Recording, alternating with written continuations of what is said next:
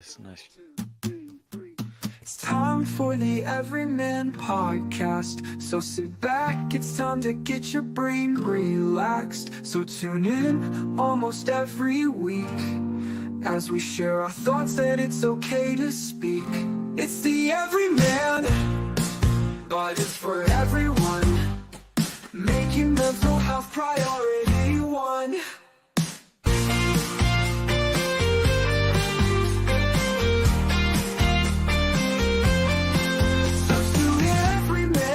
But it's for everyone, making mental health priority one. Hello, good evening, and welcome to the Everyman Podcast. Now, tonight we have a very special guest, someone who I actually just did a recent podcast of my own story with, Richie Paxton. And how are you doing tonight, Richie? I'm very well. Yeah, thanks for having us. Looking forward to see where this conversation goes. Yeah, do you know what? When did we do mine? Roughly a month or so ago? About a month ago, yeah. Yeah, about a month ago. And since doing that episode, right, I have probably reflected so much on my own journey of. So I told my story for the first time roughly, I think February. No, it would have been April time. April time I told my story. And the difference between April and then October telling your story is even more growth. And when we were having the conversation, what was really interesting to me was I was reflecting on what I've overcome, but then it was almost like a free therapy session. It felt talking to you because of obviously the work you do. You've got your own lived experience. You've been through sort of your own journey with your own health. And yeah, I think that really enticed me to want to get you on our podcast and share your story, talk about the work that you do, and ultimately help our listeners understand the importance of really protecting your own health. Yeah, I mean, it was a good chat. I am a counsellor, which obviously we'll touch on a little bit. So I am a qualified counsellor, which a lot of people say you can tell, like when we have a conversation, by the way I ask the questions and stuff. And to be brutally honest, Lewis, I don't know, 5 years ago I started my counselling degree. I couldn't talk to anybody then. I didn't have that ability. I didn't communicate very well. I didn't know how to do it. I didn't know how to show empathy. They weren't things that come easy to me. So, yeah, for you to sit there and say that, you know, it shows my journey and my growth and what I've been able to achieve just by doing the work, which is probably the most important thing I would say to anybody. You know, you've got to continue to do the work. And I'm lucky that I enjoy the work. You know, it's not for me. I love learning about myself. I love learning about, you know, all things recovery based. So yeah, that is very much one of my biggest passions now is how can I help myself, but help other people in the process. Yeah, I think that really came across in our conversation.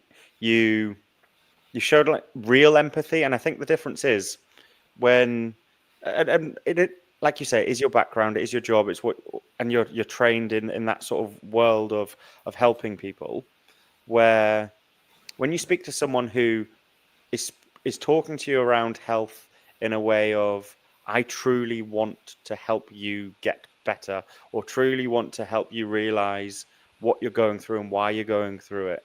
I think that's so important. And it was definitely something I left our conversation thinking, I need to find more of those people in my life for the moments, because I don't think prior to me having my my sort of low, I had enough of those people in my life. And I don't know what that was like for you. For me, what I found, and I talk about finding your tribe all the time. I think that is so important. And finding your tribe or finding your community or finding the people around you that just get you. And that's so important, I think, for any human being, because connection is what we're all about as human beings. You know, we crave connection. When we don't have that connection or we don't feel a sense of belonging, that's generally when, you know, we look for substance, we look for behaviors that fill that void a little bit. So finding your tribe or the people that, you know, you want to spend time with and can add value to your life is just so important, you know. And that's not to say that the people that were in my life before I got into recovery were bad people. There weren't bad people. There were good people. There were some great people in my life, but I didn't feel like they got me. And this is, at the time, I didn't care. I was just going along for the ride, and I was using whatever substance or behavior I could to mask what was really going on for me. But once you find the people that you don't need to wear the mask for, it's quite a liberating place to be. Yeah, I think that's really true. So to add context to our conversation and really understand why you are doing what you're doing today, would you mind describing a little bit about your story? And you can go into that as much as you would like to. From the start, ultimately, I think through describing my story and being open about it, the more I've spoke about it, I've realized that it started earlier than possibly I first thought. Right? I thought my gambling addiction was, I struggled at 27 at first, and then that's where I became addicted to gambling. But actually, so much of it for me was the early life that I never really dealt with. Yeah. So yeah, I'd be really keen to understand your story. I know a little bit of it from the conversations that we've had previously. But yeah, do you know what it is? I could sit here and say I've had a good life, and I probably have. I went to school. There was no problems kind of at school. Maybe it's a little bit around like English and spelling and all that sort of stuff, but that all come out later in life, why that might have been. Parents done everything they could for us. There wasn't any lack of love or anything like that. Me parents took us all over the place and done what they need to do. So like trauma and all of that sort of stuff that you hear, childhood trauma, like I didn't really have big significant events in my life. What I probably struggled with most was feeling like I belonged. And that was a big struggle. I really struggled with English and spelling in the juniors, in junior school and primary school. And my childhood's always like, I wasn't good enough. I couldn't spell. But then in all the other subjects, I was totally fine. But I never attached my attention to them things. I attached my attention to the things that I didn't excel at or wasn't very good at.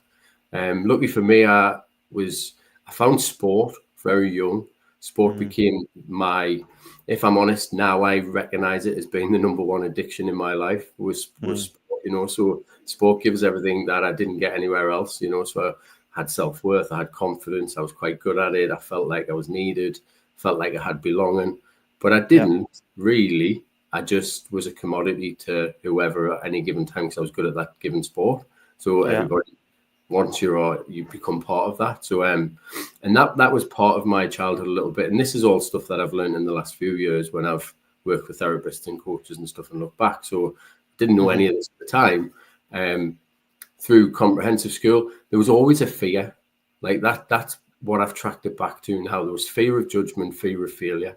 And they were two big things in my upbringing that was just in us all the time, and I still struggle sometimes with social anxiety and stuff. And that's the same feeling that I get, when I feel anxious. And that's kind of what I always felt when I was younger.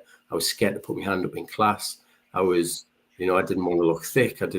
Because I kept telling myself that I couldn't spell, I couldn't write, I was no good at English. I was in like top sets for everything else, and maths, I really excelled massively at maths. And again, probably ADHD. Now, no, probably ADHD, on a waiting list to get an assessment done. That's okay. Like whether I have or I haven't, there's traits there. Do you know what I mean? And that's what I now know. But football was always the thing for me. I was keen footballer. Done well. Signed for a professional club when I left school. During that time, though, I done all right. But again, fear and failure were things that were always in my life. So I was fearful that I wasn't good enough. And I was the fear drove kind of a sense of failure in not excelling and not doing what. So I would never have confrontation with anybody. I would never ask why I wasn't playing. If I wasn't playing, I would never do anything. So it was always just acceptance. And probably looking back, it looked to other people that I didn't care, but internally my world was falling apart. And when my world was falling apart, I'd had to try and find ways to deal with them feelings and emotions, really. And 17, I ended up injured for a long time. I had a broken jaw, and I found gambling then. That was kind of the thing that filled the void a little bit for us and helped us get through life, basically, because I didn't know how to deal with feelings and emotions. And again, I know this now because I've done lots of work on it, and I can look back. At the time, I didn't know. I was just rabbit in headlights, head all over the place, never present, couldn't concentrate, couldn't do any of those things that normal, whatever normal is, normal people would have done. So football was a struggle, started to become a struggle. Gambling started to become ever present. My girlfriend at the time ended up pregnant, and I decided football probably wasn't the avenue for me. I was in a 3rd division football club. I wasn't really doing all that well because I'd been injured for so long, and decided to leave the football. So leaving the football after all I ever wanted to do was play football from being 5-year-old to then making a decision just to walk away from it is a big decision for an 18-year-old. And when you do that, you've got to grieve for it. And I never did because I never knew I had to. And then a few months after I left the football, my girlfriend went into labour and she had a little boy called Dylan. And unfortunately, Dylan didn't make it. And that was in the space of like 3 months, 2 absolute massive traumatic events that just really tore my life apart. So I'd left football to provide for my family and go back to uni and all that sort of stuff, and ended up 18-year-old unable to deal with anything that was going on in my life. That said, I presented really well. So to the outside world, it looked like I was doing all right. I had my own struggles a little bit, but presented okay. Coming out of professional football, as in like professional football club, ended up playing in non-league football and stuff. Again, that gave us worth. It gave us self-worth. It gave us friends. It gave us, people around us where I thought, it's all right. I've got this football team. It's great. And I play footy on a Saturday and a Sunday. And that was great. But what ended up happening is that became an excuse to just escape life. So go to football, I'd drink, I'd gamble, all them things that are tied into the football world, especially the non-league football world. Especially non-league, Yeah, and that got a grip on us a little bit. Still went to university, still managed to go through university, done sport and exercise development, and then got a job in the NHS, helping other people, looking after other people. And this is the theme through my life was I'll present like I've got my shit together and I'll look after everybody else. And internally, my world's falling apart. My head's all over the place. I can't look after myself. And I was a personal trainer, ran exercise classes, worked in gyms, PT, and worked in the NHS. All whilst my world's just progressively falling apart internally. Gambling was constant in my life. Every penny I got, I would gamble. And that was all the way through my early 20s, if I'm honest. Student loans came and went, ended up racking up debt. And eventually started me social drinking and drug use started becoming not just socially. So alcohol became more apparent in my life. Cocaine was a big problem for us. And then, recreational drugs, we call them, ecstasy, ketamine, all them things were, if I could have it, I would take it. And now knowing it was just, I just needed to escape. I need to get out of my own head. I need to quieten it down a little bit so I could survive. And all them things helped us survive my 20s. Without them things, I probably wouldn't, I definitely wouldn't be in the position I'm in now. I don't know where I'd be, but I wouldn't be in this position. So I've got to be grateful for them, which is a weird thing to say, because they helped us survive until they didn't, until they become that big of a problem that they didn't help us survive. They caused even more pain and discomfort. And through all that, broken relationships, loss of jobs, loss of self, not really knowing who I was, all them things were happening as well at the same time. So took us to about 28 when I was trying to stop gambling. I would drink more. I was trying to stop drinking. I would gamble more. Then I'd sniff cocaine and all that sort of stuff. And my life was just chaotic, very chaotic. Again, presented to the world like I was all right. Had my own little CIC that I set up. It's like a community interest company where we ran exercise classes for older adults who had health conditions, heart attacks, strokes, all that sort of stuff. So again, presenting like I've got my stuff to get all my shit together, but actually my world was falling apart. So 28 was a big big point in my life when actually I just thought I've had enough. And that was like suicide ideation came about at about 28. And I just thought, the days when it gets too much, I'll jump off the Tyne Bridge. And that was the story I was telling myself. And with that came riskier behavior, doing stuff that I wasn't proud of or shouldn't be getting involved in, and taking more risk in life and just not caring, just had no care in the world. Yeah, I think that's that part really resonates with me, because I remember when I was at my lowest and thinking, like, my brain just telling me like gamble or die, gamble or die, gamble or die. And when die was the other option, the gambling wasn't a risk. It was like, well, you're gonna die anyway. Like, it was almost like my brain was saying, you're gonna die anyway. So it doesn't matter if you gamble £5,000 or £10,000, whatever it is today. That doesn't matter, because you want to die anyway. So you can just risk it all. And it's really worrying how many people are probably getting to that part where they're accepting that suicide is the way out. And as you say, the risk isn't really a risk anymore. You get a buzz off the risk. There's definitely some adrenaline kick from it. But it's... Do you know what it was for me? It was escape. Yeah. So if I was drinking, gambling, or using drugs, I wasn't thinking about dying. You're suppressing that thought. Suppressing it completely, gone. And I'd walk in the bookies, or I'd go in the pub, or whatever I'd do, and I was all right then. I wasn't facing the issues and problems that I had in my life. And whilst I'm doing this, everything else is, getting worse. Relationships are getting worse. My debt's getting worse. My life's falling apart in different places. I'm starting to really doubt, even if I want to be on the planet. And that's a weird thing to say, because at that time, my second little boy after Dylan, but my oldest boy now, Theo, came along at that time. And the story I was telling myself was, I can't even look after myself. How do I look after Theo? So what's the point? You'll be better off without us. And people say, like, it to get to that place it must take a lot. And that's where I was, and obviously that relationship ended up falling apart, and you're then not the dad that you think you should be or want to be, and you try, but you don't really try, and you're just not there. You're not present. So yeah. That was kind of took us to my early 30s. Oscar came along, second kid.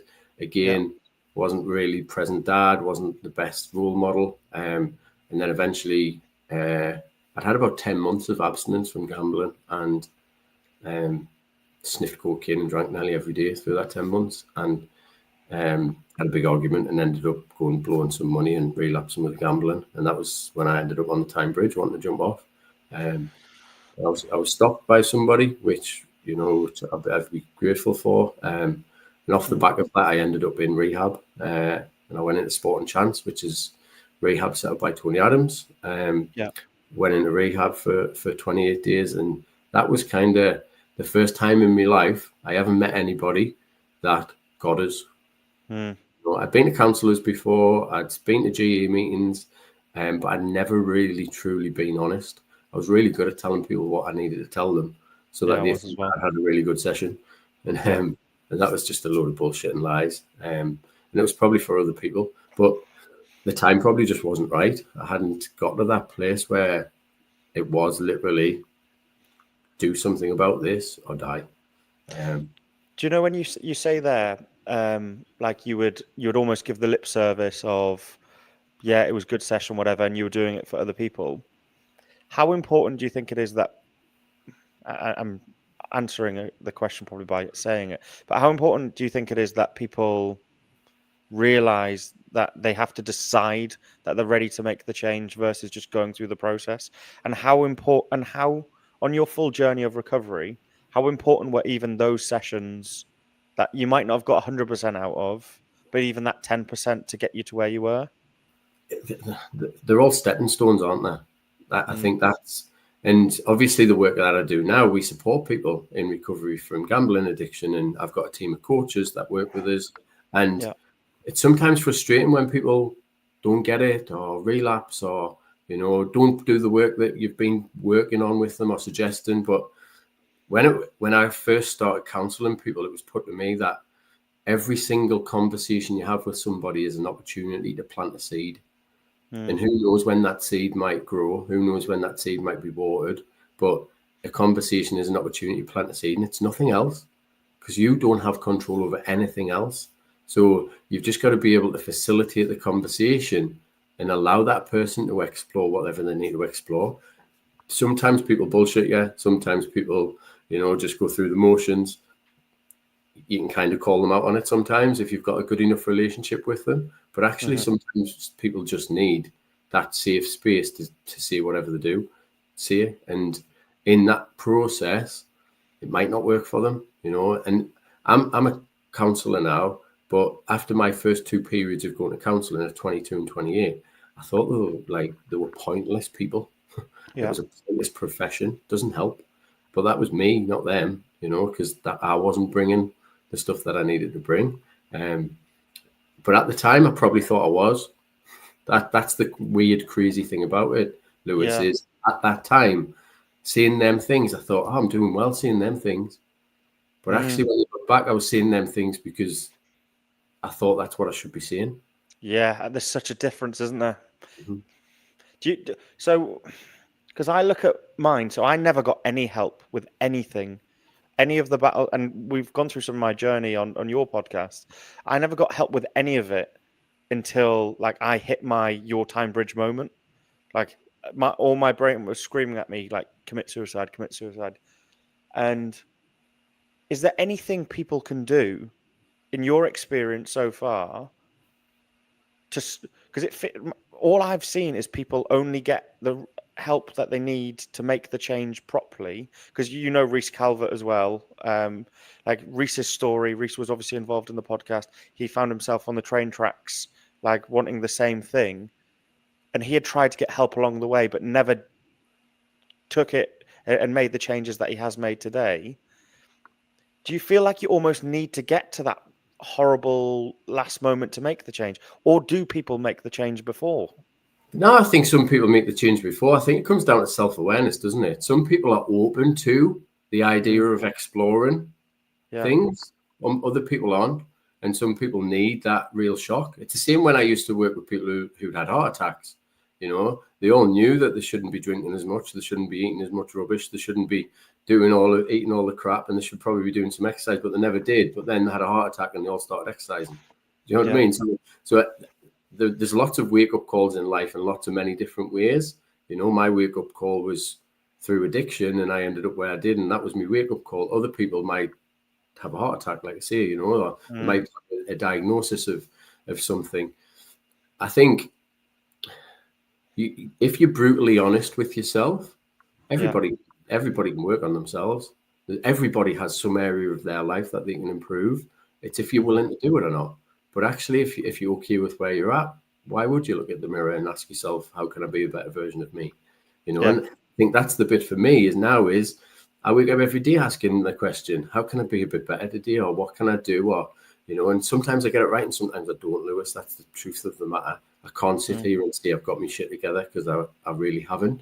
I've got my shit together compared to what I used to be like, but there's still so many areas of work. But that's the joy of being okay with that. It's the joy of being okay. I'm content with my life now. I don't have a void that I need to fill.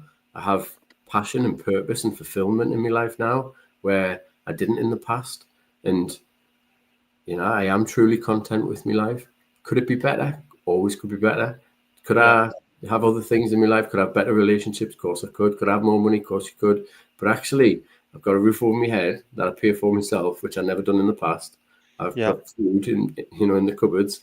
I've got a job that I totally love and enjoy. And I've got people around us that are my community. And that's to have them things in my life. They're all the things that I craved to have, but never could find because of active addiction. Because what I did do is when I didn't get it instantly, I would go and get an instant release or hit somewhere else. So, it's about being okay in the short-term discomfort so that hopefully in the long term, you can have a better quality of life. Yeah. How did you find the As you've gone through your recovery and recovery to sort of that contentment part of your life, when you reflect back from where you were, because you just said now your life's not perfect, but you're in a much better place than you were. Do you, having had a gambling addiction, and yours was like drugs, for example, as well, you were obviously chasing huge highs. How do you now try and balance your life? Because contentment isn't always found when you try and chase the highs. Yeah, that's it. Like I try not to chase the super highs anymore. See, I do. Yeah. I do. So, but where I get the super highs from now are in different places. Like I love challenging myself. You know, like I just, for my birthday this year, there was about a dozen of us went and done the Yorkshire Three Peaks. Like that achievement in itself was me chasing the high. It was the end of February. It was pitch black when we finished, and we're trying to get off a mountaintop when we've got any idea where we're going. You know, like I guess it's a bit risky in itself, but the high that I'm chasing is the achievement, and that's where I get it now. Like last year, I'd done Edinburgh Marathon. 5 weeks before Geordie Man, I signed up to do like a half Ironman triathlon. You don't need any training, just let's see what your body's doing. Like them challenges for me are really important. Next year we're doing a 35-mile ultra, 100-mile ultra, and I've signed up to Geordie Man full Ironman, and it's like I'm sitting here like 100 kilograms or whatever going pre-Christmas. It's going to get worse. Son, do you know what I mean? If you're going to do them things, but that drives me now, and that's where I get my sense of achievement and my highs from. I also get massive highs from helping other people. Like that massively gives me a buzz, because actually by helping somebody else, what I'm really doing is helping myself as well, because it keeps me on track. And I've got a few values in life. One of them is be the student before the teacher. So learn stuff and then go and teach it to people, because then when you learn something to a level that you're able to teach it, you learn it at a much deeper level. It's not just superficial. And that's the thing that I love about what I do now, is I get to go and learn stuff, and then I get to go and teach people what I've learned. And, you know, it's all about my personal experience and my journey, but the neuroscience that's attached to it, or the psychology that's attached to it, or the behavior change that's attached to it, or, you know, helping people just work stuff out. And, you know, my podcast called the Recovery Toolkit Podcast, because that's what I really think is, how can we help people put tools in their toolkit for life? Yeah. And that's what it's all about, is how, and everybody's tools are different, by the way. They should, you know, and that's the joy. Find out what you need in your toolkit and what you need in your toolbox that's going to help you on your journey. No, it's definitely, it was something we spoke about when we caught up that I found really, really powerful. And you actually asked me the question, so I'm going to ask you the same question. What's in your toolkit? What is in your toolkit for you to get yourself by? Loads of stuff. I think just before I do that, Lewis, when you mentioned how do you chase the highs, and you know, what's the highs you get, I think it's really important to mention that with every high there's a low. You know, with every positive thing in life becomes a negative thing. And actually, if you want to chase the highs, you've got to be able to manage the low as well.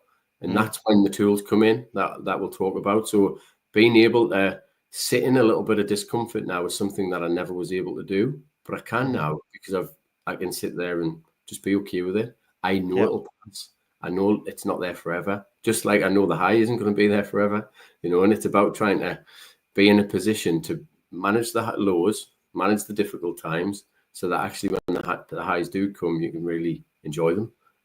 But they will be followed by a low at some point, because that's life, isn't it? Absolutely, So ways I manage the lows and the tools that I have in my toolkit that are really important to us now is obviously having a target, having something to work towards. So having a challenge is a tool that I have. When I don't have something to work towards, I'm a bit restless, and I get lazy. Is the honest answer. So we all do. That goal around like exercise and moving your body, being able to sit in some discomfort.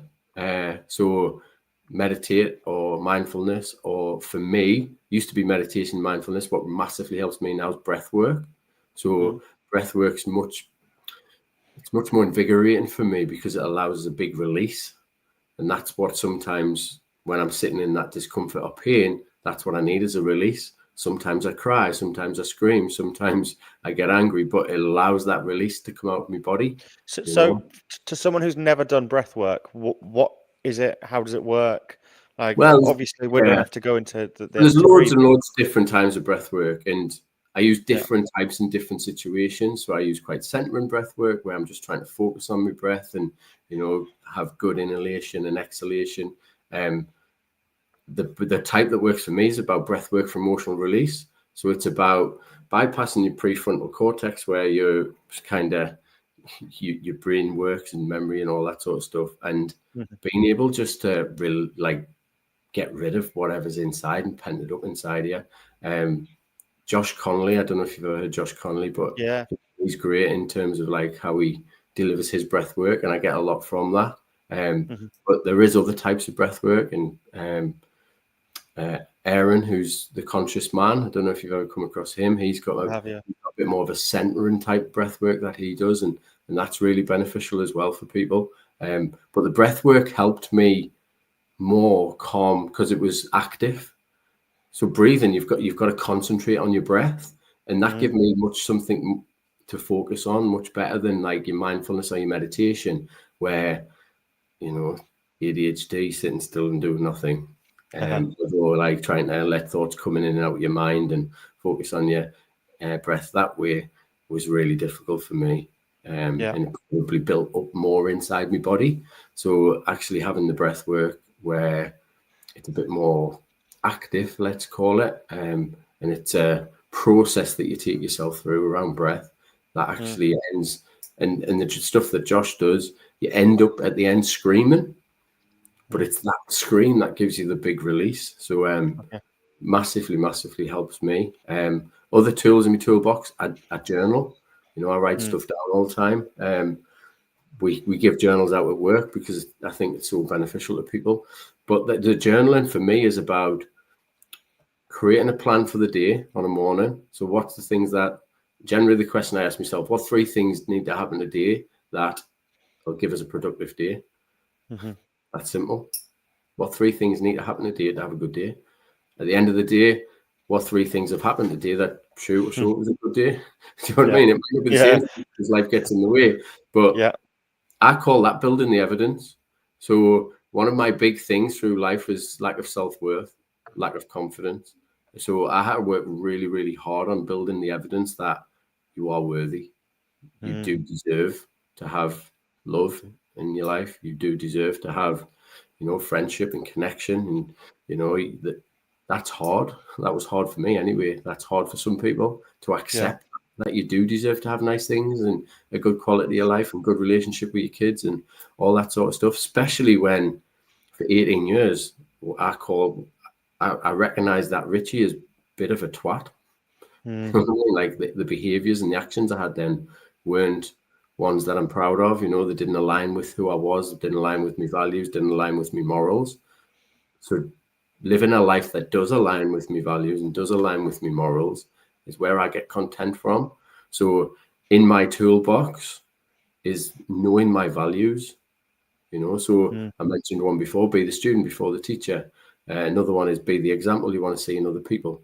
And these are things that are massively important to us, because if I don't live my life like that, there's disconnect, there's friction.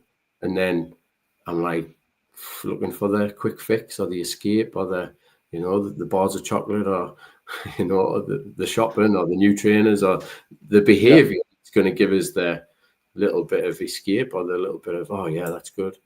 I get quite obsessive with stuff. Like I said, I've signed up to do a Geordie Man triathlon next year. It's an Ironman.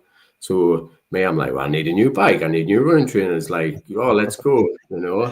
Are we signed up for the bike to work scheme at work? No, let's get signed up for the bike to work scheme so I can get and all that stuff. That's who I am. I've become obsessive. I've got to be careful that the obsession doesn't carry over into real unhealthy behavior. So the intention of doing an Ironman next year is a really good thing to work towards. But I also recognize that it could become a really unhealthy relationship with running, cycling, swimming, overtraining, pushing yourself too hard, spending loads of money that you can't afford to spend because there's need. to go, oh, actually, I need to be able to do that. And if that's going to help us do it, then it's worth it. But really, it's not. You know, it's about that balance. So Dean, who I was saying to you before, he's in Japan with his wife for this episode.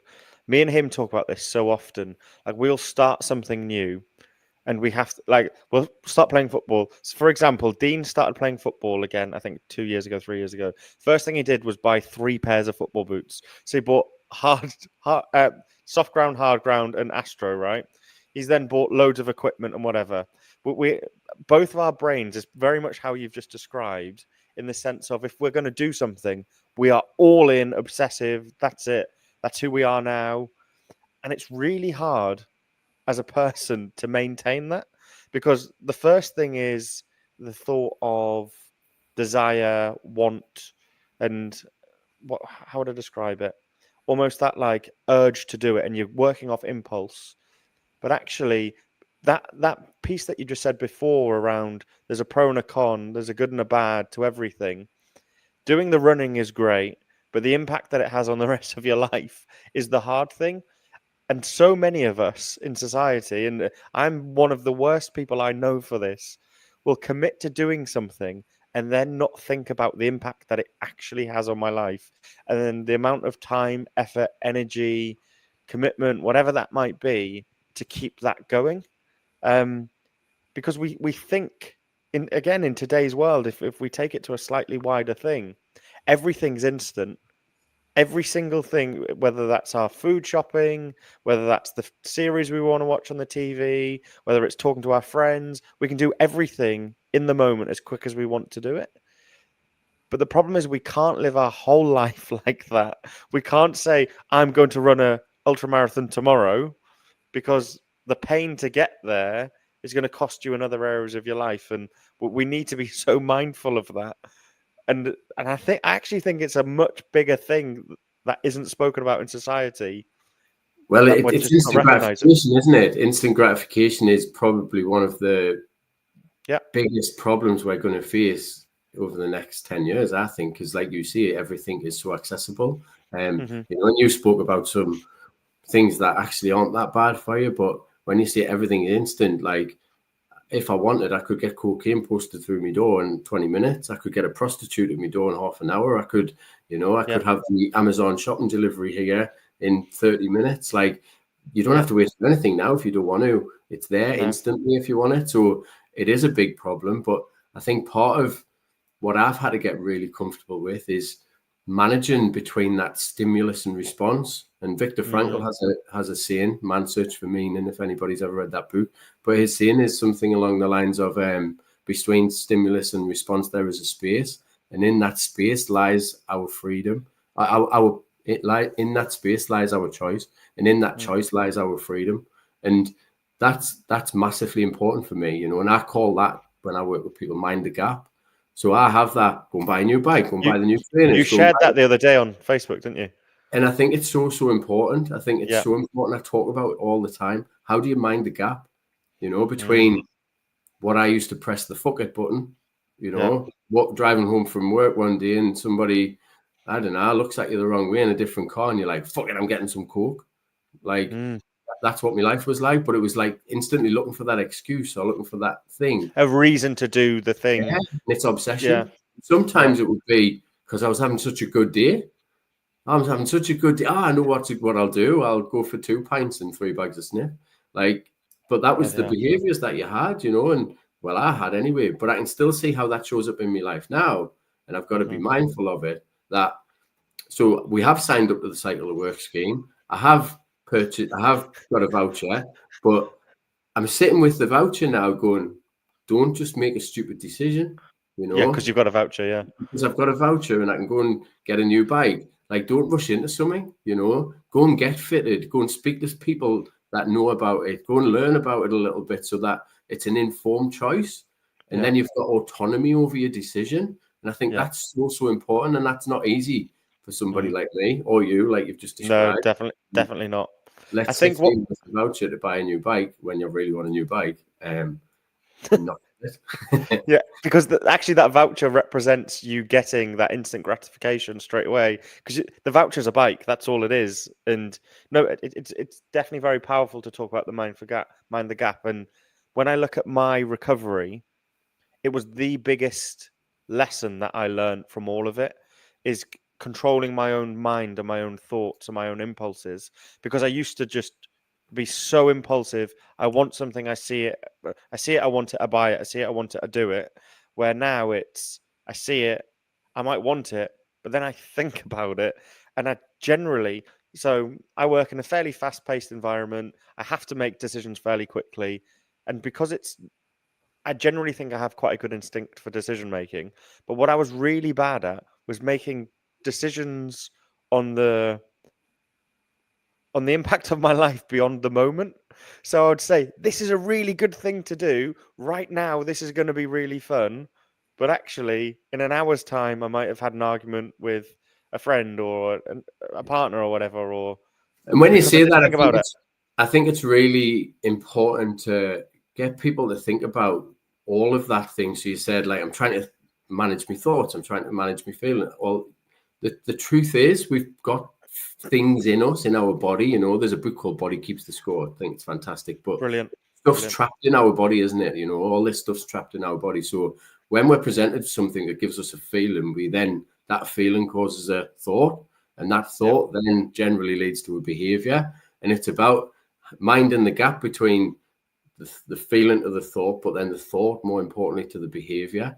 And that's something that takes a lot of practice. And even for me, it was about sitting there and naming, what is that feeling about? What is that feeling about? What is that feeling about? So not even thinking about the thought, but going, I feel like I'm anxious. I feel tight in my chest. My shoulders feel heavy. I've got this headache. Well, why do these things come about? And generally, once I was able to do that, I was able to name the feeling. And once I was able to name the feeling, I was then able to understand the thought that's attached to that feeling and where it might come from. And then I didn't have to act out. And that's hard. Because you understood it all. Because you understand it. But that's hard because when you have that feeling, you still feel it. That's it. You still feel it. Your body still wants to react. Do nothing. I've got to sit here and do nothing and try and work out where that's come from. And that's uncomfortable. And that's what I call doing the work. Not many people want to sit and do the work like that. But for me, that was the most liberating thing, because then I could make sense of, I understand why I feel like that. And that said, I think reframing is really important, So like I said before, I sometimes get social anxiety. I sometimes really struggle to do stuff. But actually, if I can reframe that to go, what's that feeling in my pit of my stomach? Or what's that feeling just that I'm feeling? Or probably a bit of anxiety. Well, actually, there's no difference between anxiety and excitement other than what I've called it. So the perception.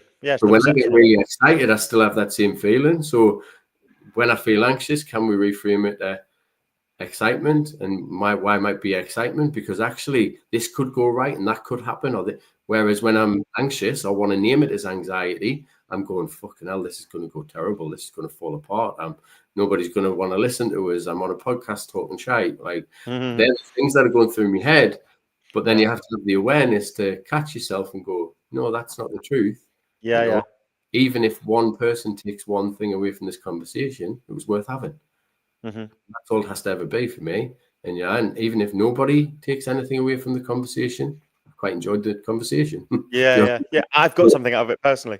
So what do you get from it? I've got something from it. So that's a really good way of putting it. What was interesting there again, and it's very real life relevant. So I'm obviously just going to use the chance while I've got a friend and a counsellor on a podcast to talk about this stuff. So this week I met our new sort of managing director at work this week, and I had to present to her on Monday. And when you were talking about breath work and then you were talking about framing, there's two, I did both of those things consciously because I've read similar books to what you've described and things, trying to be really conscious in controlling my emotions and thoughts. And it was getting to the point where I was going to be presenting. And when you get that fear of, for some reason, my brain started doubting that I can't present. Started doubting that I didn't know what I was going to be talking about, and then like everything I say, like I could feel myself getting a bit red. So I did that bit of breath work of in for 4, hold for 4, out for 4, just repetition, and I could just feel my body just relaxing. But then as I was relaxing, my brain was going faster and thinking, yeah, but you're going to fuck it up. You're going to fail. It was almost like as that became calmer, like physically, my brain then started to speed up. So then I was like, okay, I need to control my mind. And I was consciously sat there thinking, and she was actually sat next to me. But luckily someone over the other side of the room was presenting because we were around a table. And I was thinking, she can't see me yet. So then I just started like barely moving my lips, but just almost that positive affirmations of you can do this, like you know what you're talking about. You're not nervous. That's not a nervous feeling. That's excitement. You be excited to tell her everything that you're doing. Be excited to tell her where you're going and what's happening with the business. And even just that was probably a 3 to 5 minute bit of exercise. It's the first time I've ever done it in my life. I actually felt like I controlled my own physical and mental sort of state to change how I then performed. Because in the past, I think there's probably been times where I've let that get to my head or I fumbled it a little bit because I'd done all of the work ahead of that. And it was just going back over in my head of going, I know what I'm doing. I know what I'm talking about. Like, you've got this. You're not nervous. You're actually really excited because it does feel the same sort of feeling. So I suppose I tell that story to validate what you've just said because that's such a real world. Literally happened to me 2 days ago. Sat there, and it's been a huge learning curve this week for me. And I think you sharing that, Lewis, is about a lot of people. When I say stuff, they're like, yeah, woo woo, like bullshit, blah blah blah. But it works. Do you know what I mean? Until people get into them situations and are willing and open enough to go, I'm going to give that a try. Like, some things might work and some things won't. That's the truth of the matter. But if you never try, how do you know? I think the fact that you had the awareness to go, I recognize this, and if I do a bit of breath work and I reframe this a bit, I might feel a bit better. Like, what I would say is if you never practice it or you never do anything like that, it's going to be really hard when you need to do it. So yeah, it was hard at first. Consciously practicing doing them things. You've had lots of conversations, you've read lots of books about these types of things, though, Lewis. So you have an understanding of the benefit of trying to do it. Yeah. But if you actually practice it, it becomes habit, becomes habitual. So faced in those situations, tomorrow I'm presenting to 200 kids at Sunderland College, 16, 18-year-olds. Give me an adult any day. Give us a 16-year-old. Do you know what I mean? Like, your biggest nightmare. How do you keep 200 kids engaged in a conversation around gambling and recovery for an hour? Do you know what I mean? Like, that's going to be tough. That's going to be challenging. But I have to reframe that as massive opportunity to start conversations and raise their awareness around the risk of gambling and the links between gaming and gambling and how actually they're predisposed to greater risk of having a gambling addiction because they play on games all the time, or streamers, all that sort of stuff. FIFA and things. It's full of, isn't it? Ultimate Teams, full of the packs and things. So tomorrow, what I've got is one side of my brain is going, "Fucking good luck. You're going to need it. Like 200 kids. How do you keep them happy? You'll never be able to do it. Blah blah blah." And the other side's going, "What a great opportunity I've got tomorrow." Because there might be one of them 200 kids that their parent might be struggling, or their friend might one day struggle. They might end up struggling one day, and hopefully they might have planted one of them seeds I was talking about earlier. I might have planted one of them seeds in one person's head tomorrow. Therefore, that hour's talk is worth it, because ultimately that's all we need to do. But it's also the preventative stuff, and I think it's a good move in the conversation of what can be done. I have some opinions myself. I do think a lot of it lies in education and awareness. My recovery was hugely built on the fact that I almost directed my brain's ability to become obsessed with things, to understand my own thoughts, emotions, behaviors, but not even just how I think and react to things, but also what was being fed into my brain. So there's an irony. I work in marketing and I don't work in gambling marketing at all, but I understand the psychology of how marketers try to influence people, because everywhere we walk in society, someone's trying to sell you something or influence you to make a behavioral change or a habitual change in what you do. And once you start to become consciously aware of how actually everything you do is, whether that's the news, whether it's social media, what your friends and families do, whether that's, I don't know, your purchasing habits, what offers are sent to you via email, text, whatever. Once you start taking control of some of that, and then start thinking, and it probably goes back to that value piece of what's important to me, what do I want out of my life, then you can start to recognize how you become maybe a leader in your own life versus just a sheep following what cultural trends are telling it's you so to do. powerful, isn't it? I think it's so important that people do take ownership. Personal responsibility is the number one thing that will help behavior change. If you don't have personal responsibility, then you're still a victim and you're probably not going to make much progress. But what you're saying there is have personal responsibility over the stuff you see on social media, have personal responsibility over the stuff you watch on the telly. Like, the algorithms are so clever that you can make them work for you just as much as you can make them work against 100%. you. So fully agree.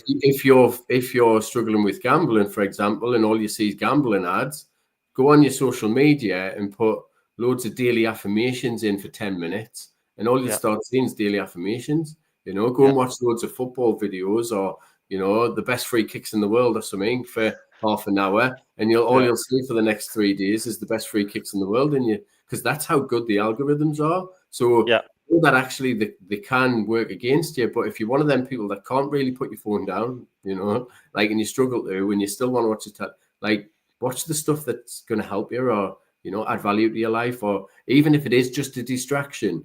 There's good distractions and bad distractions still. So what is it that you're putting in your mind? We talk about diet and nutrition and all that sort of stuff all the time about your physical health and well-being. But the stuff you put in, you watch, the stuff that you read, the people that you surround yourself with, they're putting stuff in your brain and your head and your mind all the time. So that is just as important, if not more important, to make sure that all of the stuff you're consuming, it is beneficial to you. And I say that with a caveat that a fucking bar of chocolate, Harry, or a bit of Netflix is all right, but understand your relationship with the bar chocolate, understand your relationship with Netflix, understand your relationship with gambling, drink, alcohol, sex, whatever it is. And if it's unhealthy, how are you going to address it? Because nobody else is going to address it for you. There might be other people that you can talk to and get help and support from. But you have to make the change. That's it. Anybody's going to do the work. Yeah. No, that's so true. Another topic that I thought was really interesting, given the time of year and mainly the time of year, we've hit the darker nights where men become predominantly more lonely. The stats show us that suicide rates of men increases over these months. Gambling increases with Christmas coming up, more financial pressures, more stress. I suppose if we were to then talk about some of the care and the help that's available for people out there who might be struggling, I think it's probably a good time to talk about some of the services that you guys offer and what you do to help people, because I think that's so powerful. I'm a massive advocate of multiple pathways to recovery. So what works for one doesn't work for another. And I also say that we are just one option for people as well. Like I said earlier, I'd been to counselling twice, so I thought it was shit. But then when in rehab and I spoke to a different counsellor, it was the best experience of my life. So just because you've tried something in the past and it hasn't worked, you're currently in a different place to you were then. Might be 6 months later, might be 6 years later, but you're in a different place. So who's to say that it's not going to work now? But around gambling addiction in the UK, there's multiple ways of support. So there's something called the National Gambling Support Network. So that's a group of organisations that are based all over the country that offer CBT therapy, counselling, person-centred therapy. In the Northeast, it's an organisation called NECA, Northeast Council of Addictions. But anywhere in the country, there is an organisation that can offer you support. We now have, I think, 14 NHS gambling clinics for people to go and get CBT or support through there. There's their 24/7, 365 National Gambling Helpline. So anybody can ring that helpline at any given time, and there's a trained peer supporter or helpline worker on the other end that can offer you advice and support and signpost you into places.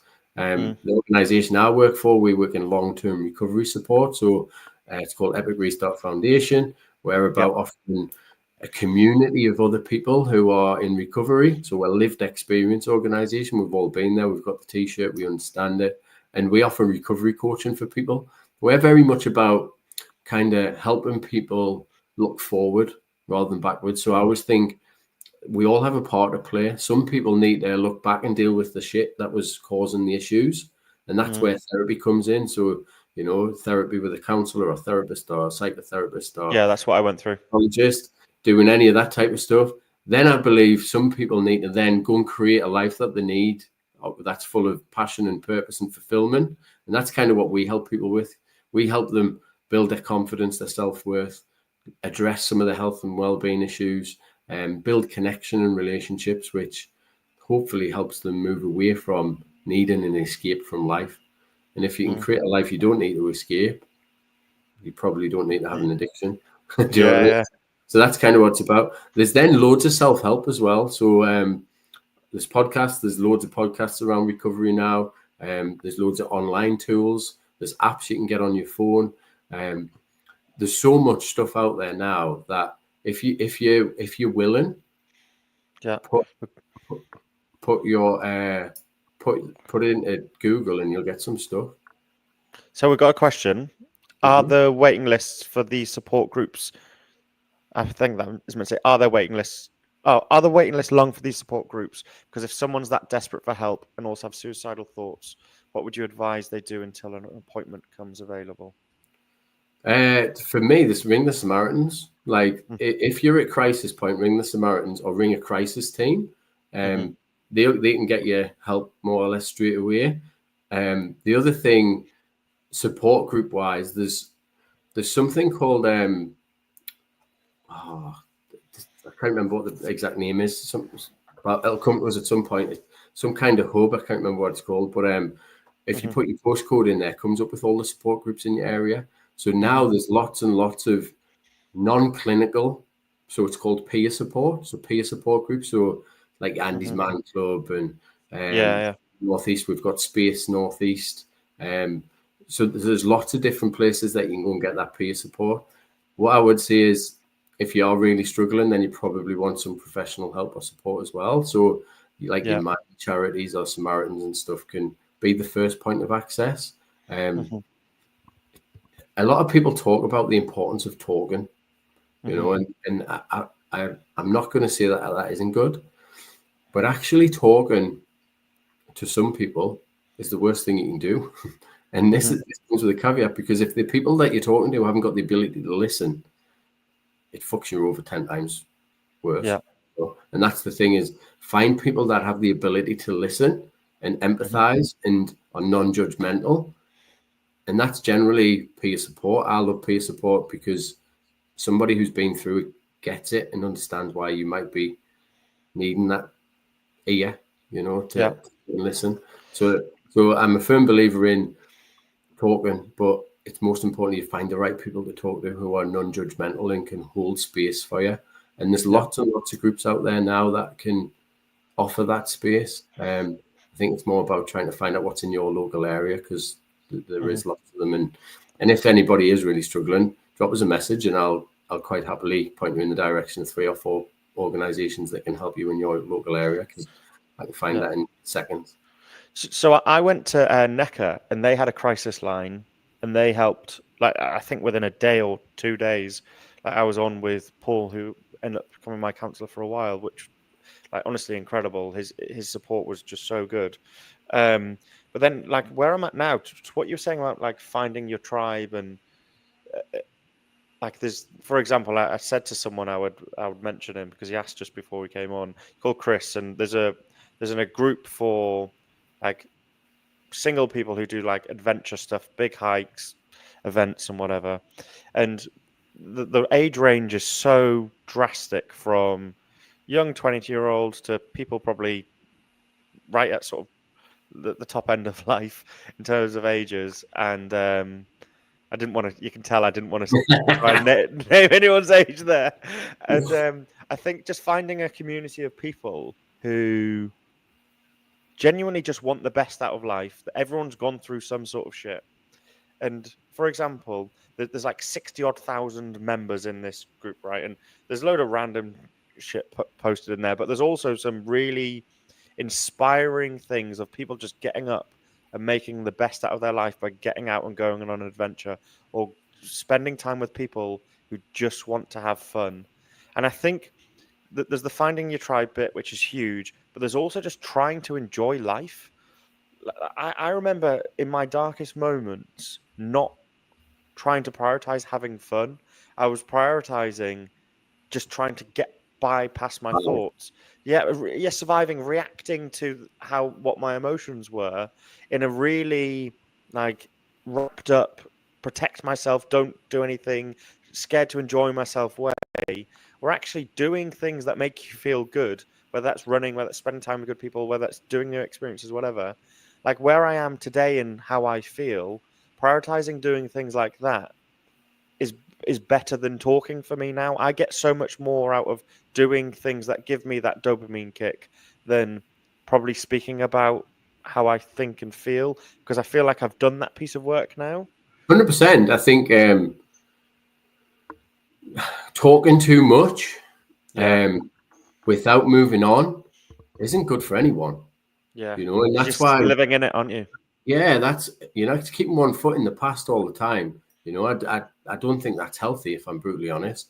That's why I fell out of love with like Gamblers Anonymous and stuff, if I'm honest, because I felt like it kept one foot in the past all the time. I was constantly hearing about people's struggles and gambling, and I was constantly talking about mine. And I just thought, do you know what it is? That doesn't serve me anymore, you know, and everything can serve you for a given time. Like it did serve us for a period of time. I met some of my best pals that I hang around with now in them meetings, you know, so it does serve us and I got a lot from it, but it doesn't serve us to go there anymore. So everything can serve you for an amount of time, but it's about knowing when to go, that's not really serving me anymore. I need something else in my life now. And that might be when you go and try your adventure group. It might be when you know, I go to Ice Guys every Sunday morning. We go in the North Sea in, you know, cold water and stuff. That's a part of me recovery toolkit that I help. And if I'm honest, getting in the cold water isn't enjoyable. No, it's horrible. It isn't enjoyable, but the feeling after is all right. Yeah, and because you've done something. The crack with the people that are there. Yeah, so it's about the thing that gets me out of bed. Do you know what I mean? So that's the thing that really helps me. Well, one of the things that really helps me. But to be able to put yourself in them situations, though, I think it's important to recognize that people think you've got to be confident. So you've got to be confident to go to a group, confident to go to a walking group, or confident to go to Ice Guys. You don't at all. You just got to have the courage to do it. So doing it, knowing that you might not be very good at it, or you might be the slowest one on the walk or the hike, or you might only get up to your knees in the cold water, or that's okay because you've had the courage to show up. And I think that's the most important thing. You know, like I'm sitting at my desk here and I have this stone on my desk, you know, it's a constant reminder every day to show up and have courage, you know, and do things that you're not very good at potentially, or do things that, you know. That's where growth is, isn't it? Yeah, totally. And the other thing that I have sat on my desk every day in front of us is this. It's a little compass, you know, because I want to keep heading north. I want to keep heading in the direction that's good for us. And it's a constant reminder that I can either choose something that's easy, I can choose something that's right. Easy things generally aren't always the right things. Sometimes they are, but generally they're not. Yeah, generally they're not. Yeah, they're the quick win. It's that part where what I described before. I would do something, felt good for now, whether that's going on the drink, whether that's getting a takeaway, whether that's gambling, whatever that was. It made me feel good for that moment of time. But in in the impact of my actual life, it was probably fucking up my life in more ways than one. And that accountability piece, like you've touched on so many things of my own journey. And it's just, mate, honestly, I think the work you do, your story's honestly incredible. And yeah, I think it's really sad that, and I said this to you when we did our episode, it's sad that organizations like yours have to exist, but they have to exist and do incredible work because society doesn't have these types of conversations enough, where there'll be people who will listen to this podcast and think they're the worst person in the world because they have an addiction to drugs, alcohol, gambling, sex, whatever that might be, and they don't know how to control it. And that's the sad thing. Yeah, and there is hope. I think we can get caught up on, people, drug addicts dying of overdoses. We can get caught up on people who with the gambling addiction committing suicide or dying by suicide. We can get caught up on the negative press that's always around some of these things. But doing things like this and me talking, hopefully it gives somebody hope and inspiration that actually you can turn your life around. Because in 6 years, I've been in recovery for 6 years now. My first year and a bit was a struggle. I then went back to university. I got a degree. I got a degree in counselling. I then got a new job as a coach. And 3.5 years in that job, I've progressed up to a program manager. I'm now head of programs. The life I've got now is completely different. And that's in 6.5 years. So what can you do in another? Now, imagine what you can achieve in the next 5-10 years. Your life can be completely different. The circle and tribe I have in my life now, I didn't even know them 3-4 years ago. The guys who are closest to me in my life, I didn't know them 3 or 4 years ago. I've got a couple of friends that have been around for all my life, more or less. But the real, my circle, I didn't even know them. So sitting there now thinking, well, actually, it's scary to move away from the circle of friends I've got, or it's scary to move away from the environment. It might be, but actually what's waiting for you somewhere else could be 10 times better than what you've got now. And being in active addiction is hard.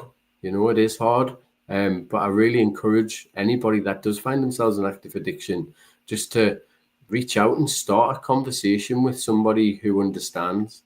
Whether that's you go to a fellowship meeting, you go to, a mutual aid meeting, you find a counsellor that gets you, then reach out. Just be mindful that not everybody will get you, and not everybody might be able to listen to what you say or what you want to say. So just be mindful of that you need to find the right people to connect with. Yeah. No, it's absolutely right. So last sort of question here will be, what do you envisage for your future now? You've obviously gone through, and you might not have thought I was going to ask this sort of question, so I'll keep talking for a moment while you think about it. But what do you envisage for you? Like, you've overcome some of the challenges that you have. Like you say, 3 years ago, you didn't know some of your best mates, your closest mates. Like, what do you want now for the rest of your life versus what you've potentially had? So there's all kinds going on in my life even now. Work-wise, I want to progress with my career and work. And for me, it's about impact. How can I have the biggest impact on people and offer the most hope and support? So I'll continue on that journey. I love a challenge. I've got a list of challenges that are coming up next year, like I mentioned earlier, but even bigger than that, like over the next 5 years, there's things that I want to be able to see that I've achieved. And you know what it is for me? When you ask that question, I want to inspire my kids. Because my kids were around when I was in active addiction. My kids know about my struggles. Theo, my oldest, he went to show his classmates dad playing football and ended up showing dad on the front of the Chronicle, ex-professional footballer, has a problem with drink, drugs and gambling. So he knows my story, and I was brutally honest with him at that time and told him, and he understood it a little bit, that dad struggled with his mental health and he used drink and drugs to cope. But now he doesn't do that, and he manages his life in different ways. And that was kind of the conversation. But if I can show my kids that I have a dream and I can achieve it, then hopefully they can achieve theirs as well. And I don't think that has to be my number one purpose in life. That I do it for my kids, and anybody else that sees it and takes something from it, then that's a bonus as well.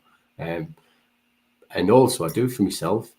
I love because that. if we go all the way back to the beginning of this conversation, fear of judgment, fear of failure, no confidence, social anxiety.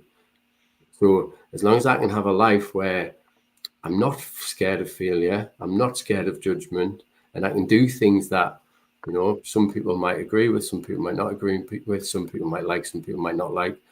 It's not my problem what somebody else thinks, and hear that now. So knowing that gives me a lot of, freedom, I guess. That said, there's always a little bit, isn't there, that where you go, oh, wonder what they think, or have I done well enough that it worked there, or does that person like us? Like, that's just who we are, but it doesn't dictate me life anymore like it used to. Yeah, I love that for you. Honestly, I do. My eyes went a little bit there when you were talking about inspiring your kids. Like, it's that's my aim in life. I have a son, inspire him. You just want the best for them, don't you? That's it. And to have the best for them, I think we have to be the best version of us. And that's help create that. The most important value I've got is probably be the example you want to see in others. Yeah. And honestly, that's when I say that, I'm thinking of my kids when I see it, like, be the example I want them to see. I mentioned earlier I'd done the Edinburgh Marathon, so I trained for Edinburgh Marathon at the beginning of the year. Off the back of that, my kids seen us running, so the kids were like, "Oh, we want to run," so they've joined athletics, and they're class at it as well, aren't they? They're faster than me now.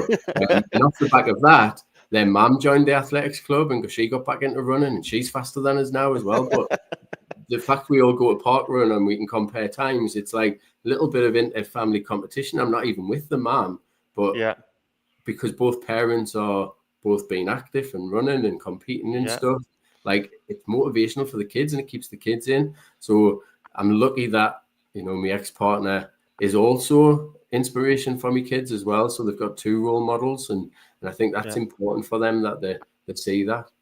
Yeah. No, it's incredible. Oh, mate, you actually got me a bit there. Like, my eyes went. I had to sit back because I got in my own head about what mine is. So, yeah, no, that's amazing. I don't even know if I answered your question, but you did. No, you did. You absolutely did. It was all about really being aligned to your values and purpose, and sticking with that in a way that's best for your kids, and creating the best life for yourself. I think it's definitely what we should all be inspiring to do. But how many of us actually think about it and do the work to do it? We might say we want it, and that's the difference. It's how many of us actually go through that and go, right, this is what I'm doing today, this is what my habits are, this is what I'm spending my money on or my time on, but I want this. But if you're doing all of that, you're never going to get to that. And it's that accountability piece, isn't it? So and that's where the friction comes when you're not aligned with your values. When I was younger, I always wanted to be a millionaire. That was the goal. You know what I mean? Gonna do this. And over the last few years, I've been thinking about that a lot, and I've kind of rephrased that now, that I just want to touch 1 million people, as in, like, have a positive impact on 1 million people. So for me, however I do that, I don't know, but that's the thing that's going to be my life mission now, is to have an impact on 1 million people if I can. And I love that. Watch out how I do that, because it's going to take some varied ways, I think. So, 200 tomorrow. This will probably get 10,000-15,000 listens. So you're already on 15-odd thousand after this. So I'll be a win. And I think that that's what it is. How will I ever be able to measure that? I'm not sure, but if that's what I'm striving. We'll get you on Joe Rogan. That's the aim, and you do it in one. And do you know what it is? To get on a big platform and talk about gambling and put that into to try and normalize the conversation around gambling and the risks associated and what it can potentially lead to. But more importantly, that actually there is hope for those people who are struggling with it. That's huge, and that's kind of why I do what I do, for no other reason. Hope and inspiration of other people. Well, you're definitely delivering that, mate. The two real deep I think we've had three now because we had a catch up before. Every time I've left a conversation with you feeling like, one, proud of myself, like, and I think that's a good feeling to go, okay, I've gone on a journey and I'm proud.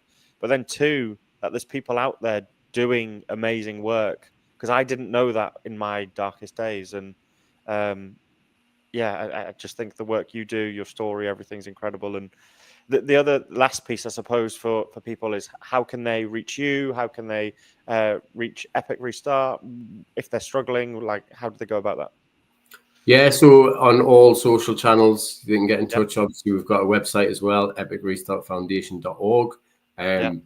People want to reach out to me personally, then, Instagram or Facebook, LinkedIn, any of them kind of platforms, you can get me. If anybody wants any questions, drop us a chat. I've always got time to answer at some point. It might not be instantly, but it'll not take us longer than a few days. So if you ask questions, I'm more than happy to offer any help or support to anybody. And yeah, obviously you mentioned our podcast as well. We've got a podcast, The Recovery Toolkit.